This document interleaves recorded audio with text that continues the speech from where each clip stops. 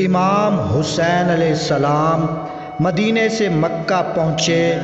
تو مکہ میں 4 ماہ اور بعض روایات میں ہے 5 ماہ رہے، اور جتنی دیر امام حسین علیہ السلام مکہ میں قیام پذیر رہے اس وقت کوفہ سے ہزاروں خط آ رہے تھے کہ اے نواسۂ رسول، ہم آپ کے نانا کی شریعت پر چلنے والے ہیں، اس ظالم بادشاہ سے ہمیں بچائیں۔ یزید سرعام شراب پیتا ہے، زنا کرتا ہے، ہم پر ظلم کرتا ہے، اے رسول اللہ کے نواسے، ہم اس ظالم انسان کی بیعت کیسے کریں جو رسول اللہ کی بتائی ہوئی شریعت کو مذاق سمجھتا ہے؟ اور ان تمام ہزاروں خطوط کا موضوع یہی تھا، اور بالآخر ایسے ایسے خط آنے لگے کہ اے نواسۂ رسول،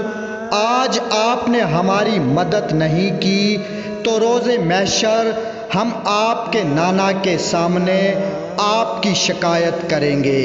کہ وقت کا ظالم بادشاہ آپ کی شریعت کو مذاق بناتا رہا اور آپ کا نواسا خاموش رہا۔ اب امام حسین علیہ السلام نے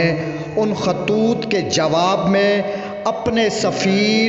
مسلم بن عقیل، جو آپ کے چچا زاد بھائی تھے،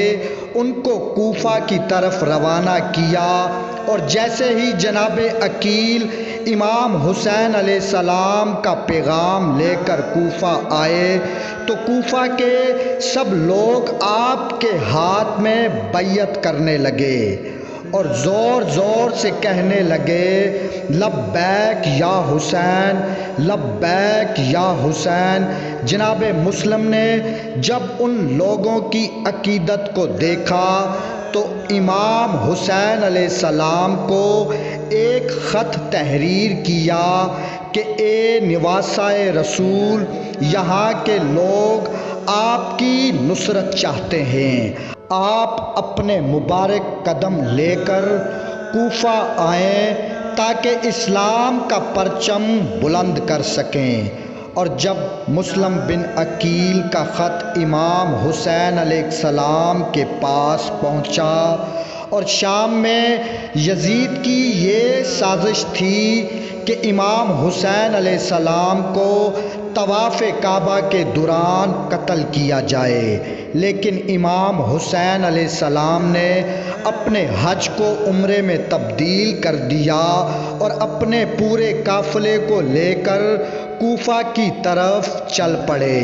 اور وہاں ابن زیاد لباس بدل کر منہ ڈھانپ کر کوفہ میں داخل ہوا، اور کوفہ والوں نے یہ سن رکھا تھا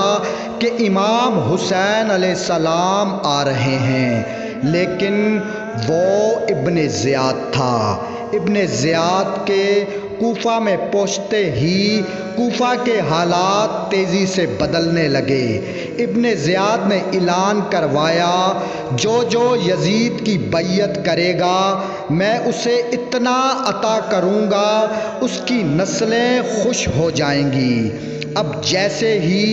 ابن زیاد کی یہ خبر کوفے میں پھیلنے لگی، آہستہ آہستہ ہر فرد بدلنے لگا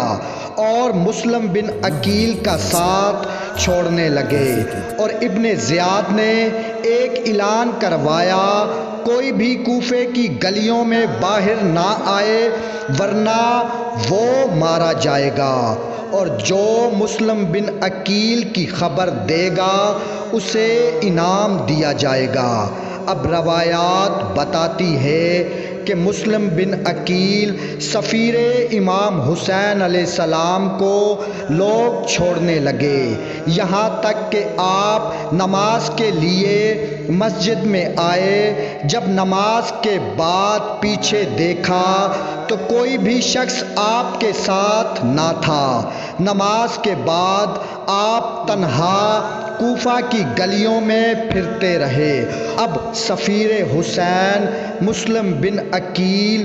ایک دروازے پر آ کر بیٹھ جاتے ہیں اور اس گھر میں ایک مومنہ عورت رہتی تھی، تاریخ نے جس کا نام طوّا بتایا ہے۔ اس نے دیکھا کہ دروازے پر کوئی بیٹھا ہوا ہے۔ اس نے پوچھا، آپ کون ہو اور آپ کو معلوم نہیں کہ ابن زیاد نے یہ حکم نافذ کروایا ہے جو گھر سے باہر نکلے گا وہ مارا جائے گا؟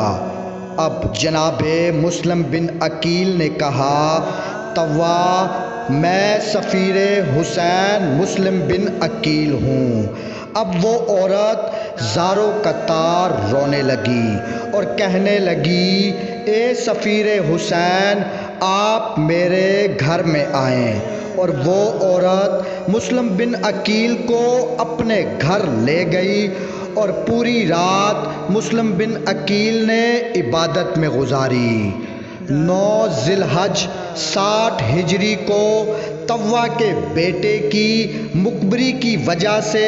ابن زیاد کے سپاہیوں نے طوّا کے گھر کا محاصرہ کیا اور جناب مسلم بن عقیل طوّا کے گھر سے نکل کر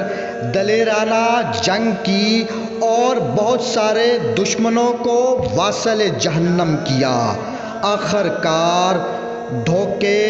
اور فریب کے ذریعے جناب مسلم کو گرفتار کیا